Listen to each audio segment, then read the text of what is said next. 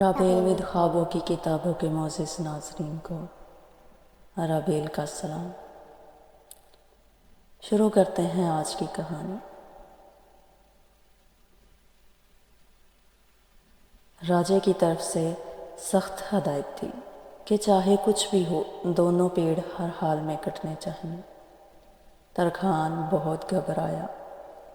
ایک جانب راجا، دوسری جانب بلا، نہ نگلے بنتی ہیں نہ اگلے۔ آگے جاتے گھٹنے ٹوٹے، پیچھے دیکھتے آنکھیں پھوٹے۔ آخر خدا کو یاد کر کے شاہی فوج کی موجودگی سے حوصلہ پا کر آواز کی ہدایت کے مطابق درخت کاٹتا رہا۔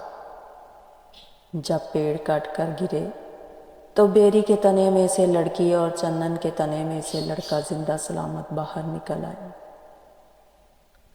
بہن اور بھائی دونوں ایک دوسرے کا ہاتھ تھامے اور چل پڑے۔ چلتے چلتے راجدھانی سے باہر آ گئے، ایک ایسی ویران سنسان جگہ پہنچے جہاں کمہاروں نے کھوانے بنا رکھے تھے۔ شام کا جھٹپٹا رات کی تاریکی میں بدل رہا تھا۔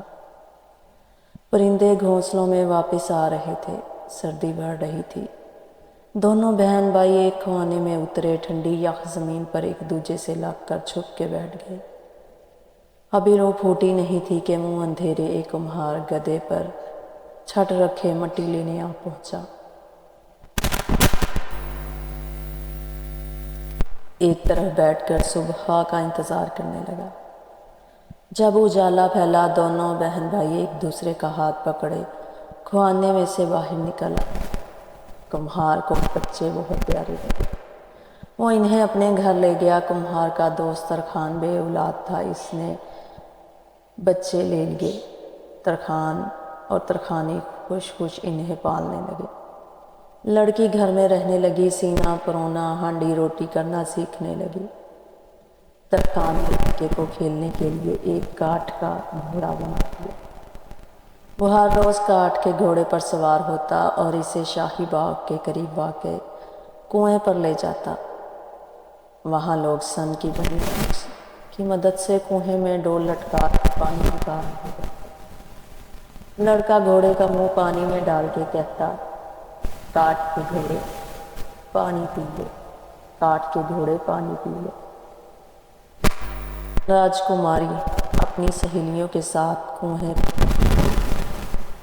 لڑکا بھی اپنے کاٹھ کے گھوڑے کو لیے کنویں پر پہنچا۔ گھوڑے کا منہ پانی میں ڈال کے بولا، کاٹھ کے گھوڑے پانی پی لے، کاٹھ کے گھوڑے پانی پی لے۔ راجکماری بولی، ترکھان کے لڑکے کبھی کاٹھ کے گھوڑے بھی پانی پیتے ہیں؟ لڑکا بولا، کبھی راجے کی بیٹیاں بھی کنویں پہ پانی بھرتی ہیں۔ راجکماری غصے سے لال پیلا ہو گئی۔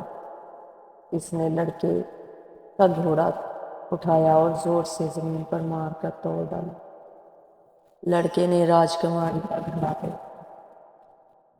راجکماری نے روڑا اٹھا کر لڑکے کی بائیں آنکھ پر دے مارا، ڈھیلے سے خون بہنا لگا۔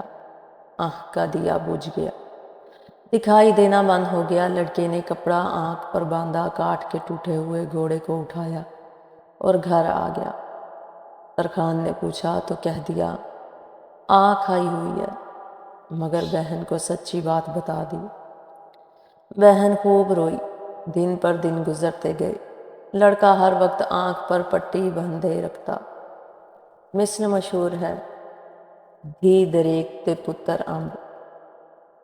بہن پر جوانی یوں آئی جیسے بیاس میں سیلاب، جسم جیسے گوندنی کا درخت، ہونٹ جیسے کریل کے سرخ پھول، آنکھیں جیسے راوی کا نیلا پانی، باہیں جیسے سفید مکھنی۔ ترکھان نے سوچا لڑکی کے ہاتھ پیلے کر دینے چاہیے، سو اچھا صحبت سا رشتہ دیکھ کر طے کر دیا۔ دن رکھ لیے گئے، شادی کا دن مقرر ہو گیا۔ شادی میں 5 دن تھے جب لڑکی کو مائیوں بٹھایا گیا۔ اگلے دن گاؤں کی لڑکیوں نے ڈھولک پہ گیت گانے کا آغاز کیا۔ تیسرے دن مہمان آنا شروع ہوئے۔ مہمانوں کو ماش کی دال کے ساتھ روٹی دی گئی۔ شادی میں 1 دن باقی تھا کہ لڑکی کو مہندی لگائی گئی۔ اگلے روز دھوم دھڑکے سے بارات آئی۔ قاضی نے نکاح پڑھایا۔ 3 دن بارات نے لڑکی والوں کے ہاں قیام کیا۔ پہلے روز رات کو انہوں نے گڑ والے چاول کھائے۔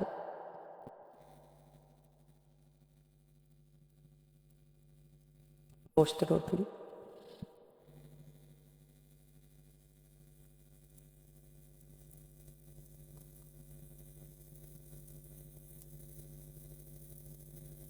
ان کو جہیز میں ایک پیٹی، بڑا صندوق، ایک پلنگ، 3 جوڑے، 7 یا 11 بھانڈے برتن ملے اور بلے بلے واہ واہ ہو گئی۔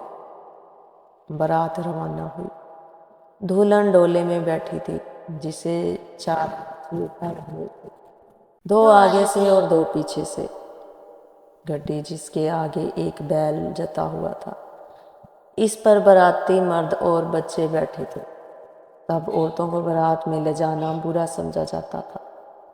باراتیوں سے بھری کئی گڈیاں تھیں، دولہا بھی انہی میں سے ایک میں سوار ہو کر جا رہا تھا۔ گڈا اس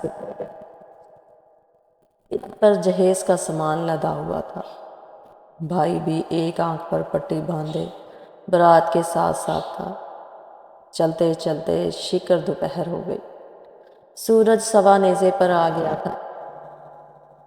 گھنے درخت تلے جا اتارا۔ تھکے ماندے باراتی ٹھنڈی گھنیری چھاؤں میں آرام کے لیے لیٹ گئے۔ ہوا کے سرد جھونکے آئے اور سب کی آنکھ لگ گئی، مگر بھائی جاگ رہا تھا۔ اتنے میں ایک چربی کپڑے لہنگا پہنے، کمر پر دھول سے بھری ٹوکری لٹکائے، ہاتھ میں جھاڑو لیے، پولے مار کر چلتی ہوئی پاس سے گزری۔ اس کے جی میں آئی، ذرا بہتی دلہن کو تو دیکھتی جاؤں۔ چرہی ڈولے کے قریب جا بیٹھی اور پردہ اٹھا کر دلہن کو دیکھنے لگی۔ سرخ رنگ کی سوتی خاشے کی شلوار قمیض، ململ کے لال دوپٹے میں بہشت کی حور